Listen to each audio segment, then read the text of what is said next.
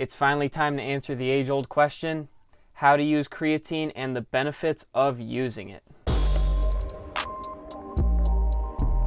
What's up guys, Cody here coming at you with another creatine video. This is actually part 3 in my series where we are going to talk about how to properly use creatine and what the actual benefits are of using it if you're working out and things like that.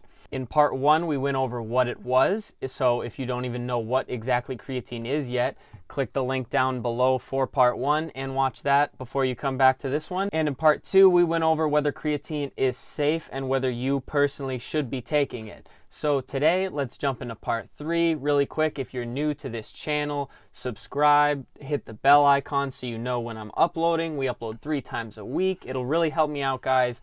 But let's jump into this video.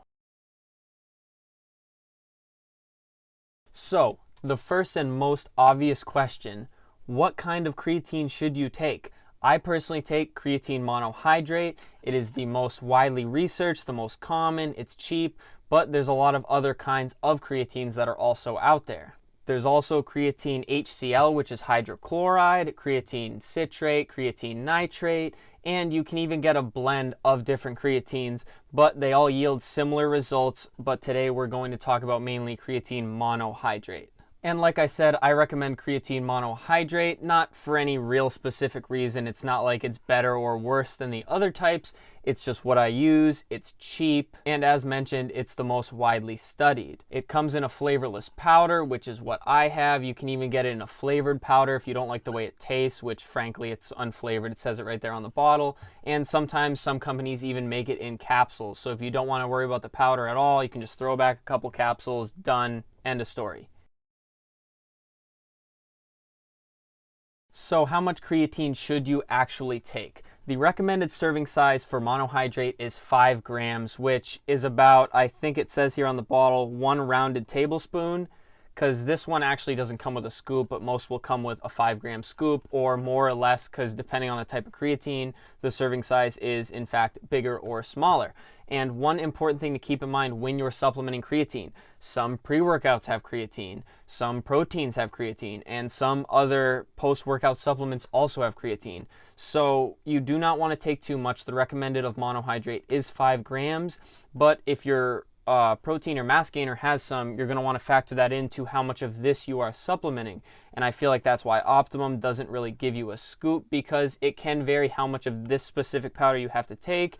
If, let's say, your pre-workout has 1 gram and your protein has 2 grams, that's already 3 grams. So guess what? You're only going to need 2 of these to get your recommended 5 grams. So just something to keep in mind when you're supplementing the creatine. But if you're not taking any outside of it, 5 grams of powder, that's it. And as I said, different types of creatine do have different serving sizes. So don't just say, oh, Cody told me 5 grams, I have to take 5 grams. No, read the tub. Just the general serving size of monohydrate specifically is 5 grams. And really quick, I'd like to mention loading to you. So creatine loading is something some people believe in. So if you haven't taken creatine, they'll tell you for a week or 2, take a higher dosage than what it says on the bottle so that you can load your creatine and get the effects faster. Frankly, I don't believe in that. As with any supplement, if you take the recommended dosage, you're safe, you're drinking water, you're not doing anything bad to your body. And frankly, I don't believe you get the effects faster if you do load. I understand you want your body saturated with the creatine, but I do not believe you have to take more to do that. And so I just recommend taking what it says on the bottle from the start to finish. You know, you don't have to take insane amounts. It says the serving size for a reason. They've studied it. They know it works. It will work for you. You do not have to take double the dosage and tear through your creatine. I realize it's cheap, but taking more will not yield you better results. Just take the 5 grams, drink water, you'll be fine. You don't need to do creatine loading, no matter what your friend at the gym says. And I feel like I have to mention that is just my opinion. I mean, I'm pretty sure there's not a lot of research backing up the fact that loading works. But, you know, that's just my opinion and my experience that it doesn't work. You can, of course, try it, you know, experiment yourself, see what works, see what doesn't. But yeah, I don't believe in loading. That's just me. You can form your own opinions about creatine loading. So it's a creatine question on every bodybuilding.com forum. When the heck should you take creatine? I remember when I was young and started taking creatine, which was only like 5 or 6 years ago, I'd research it all the time. Do I take it before? Do I take it after? Do I take it during? Do I take it in the morning? Do I take it at night? Frankly, it doesn't matter. All the research shows that your body just has to be saturated with it. So that means taking it every day, keeping the consistent dosage that it says on the bottle, all that stuff. It doesn't matter whether you take it before, whether you take it after. So go ahead. If you like mixing it with your protein shake, do that. If it's easier for you to remember taking it before, do that. And so yeah, personally, if you want to know what I do, I like to take it post-workout, and then on the weekends, if I'm not lifting, or really any day that I'm not lifting, I try to take it early in the morning. They say you take it in the morning. Honestly, I don't even know why they say take it in the morning. I just do it because I'll forget if I push it off till later in the day, and I do that quite regularly sometimes because when I'm not lifting, I'm not thinking about my supplementation as much. So frankly, I try to take it the first time I think about it during the day. So yeah, take it whenever you'd like. There's no set time. It's not like there's a window you have to take the creatine in or it won't work. As long as it is getting into your body, it will work, guys. At least from my experience, that's just my opinion. And in this video today, we're firing on all the age-old questions about creatine. The next one being, should you cycle it? Of course, studies have found with just about any supplement with a benefit you put in your body that your body will adjust to it over time. There's been studies that say creatine doesn't do that. There's been studies that say it works better if you take a break from it. But frankly, my personal opinion, anything you put in your body, you should take a break from it. Caffeine being a good one, you know, you still get a boost from it, but it's not doing the same that it would for you in the past when you started taking it. I'm a firm believer in taking breaks from things. Personally, I like to cycle mine on and off I'll take it for about 6 to 8 months and then take a few months off and then I'll get back on it. And that's just personally what I do. I mean, I don't really notice that much of a difference. So yeah, personally, I like to cycle it, but frankly, I like to cycle everything. I feel like it's just good for the body, you know, the famous keep your body guessing thing.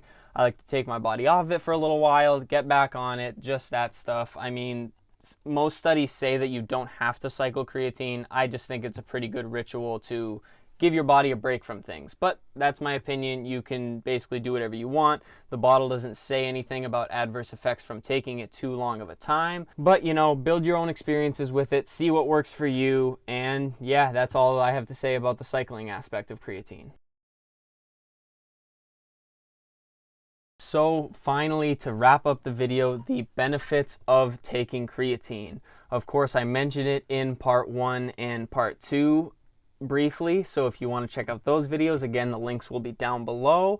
But basically, the first one is stronger lifts. And by stronger, I mean you might feel more pumped up. You might get a couple more reps on that strong weight that you're already going for.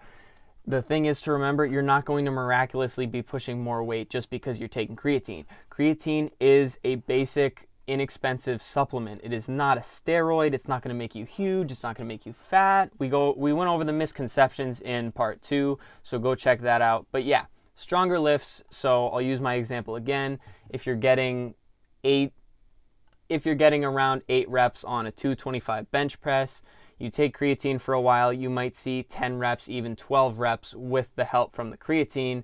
The best thing I recommend for this is to have already been lifting and built some strength before you get on the creatine, so you build your own natural results and you can see what your body can do on its own, and then supplement the creatine and see how much further creatine can push your lifts. If you just start lifting and jump on the creatine, you're like, oh cool, I'm making all these gains, but I don't know whether it's my body or if it's the creatine. So yeah, build your own opinions, try creatine, but from experience, this will help you with stronger lifts. And of course, I talked about it a ton in the other 2 parts, water retention. You might have a chance of experiencing a couple pound weight gain on the scale, and you might even see a bit fuller muscles. You know, the water retention means your muscles are holding in a slighter amount of water, so you might see them looking a little more like full, if you will. So again, you're not going to blimp up, you're not going to be huge. It's just something you might notice, especially if you're really big on measuring and things like that. You may notice a bit of a gain once the creatine starts working. You've been taking it for a while and your body starts to retain that little bit of extra water. That's pretty much all she wrote, guys. Again, I've been taking creatine for a long time. I love sharing my experiences with supplements with you guys. So I'll be going over a lot more supplements, not just reviews. I'll be going over what they do, what you should be taking. I'll go over diet videos, all that stuff. This is really just the start. So do me a favor, drop a like on this video. Go check out parts 1 and 2 if you haven't already. Subscribe if you like what I'm doing here. Again, I'm up to uploading 3 times a week now. I have a ton of content I want to pump out for you guys. So we'll keep rolling with that stuff. And as always, thank you so much for watching. Thank you for clicking. Thank you for watching all the way through, and tune in for next video. Thank you, guys.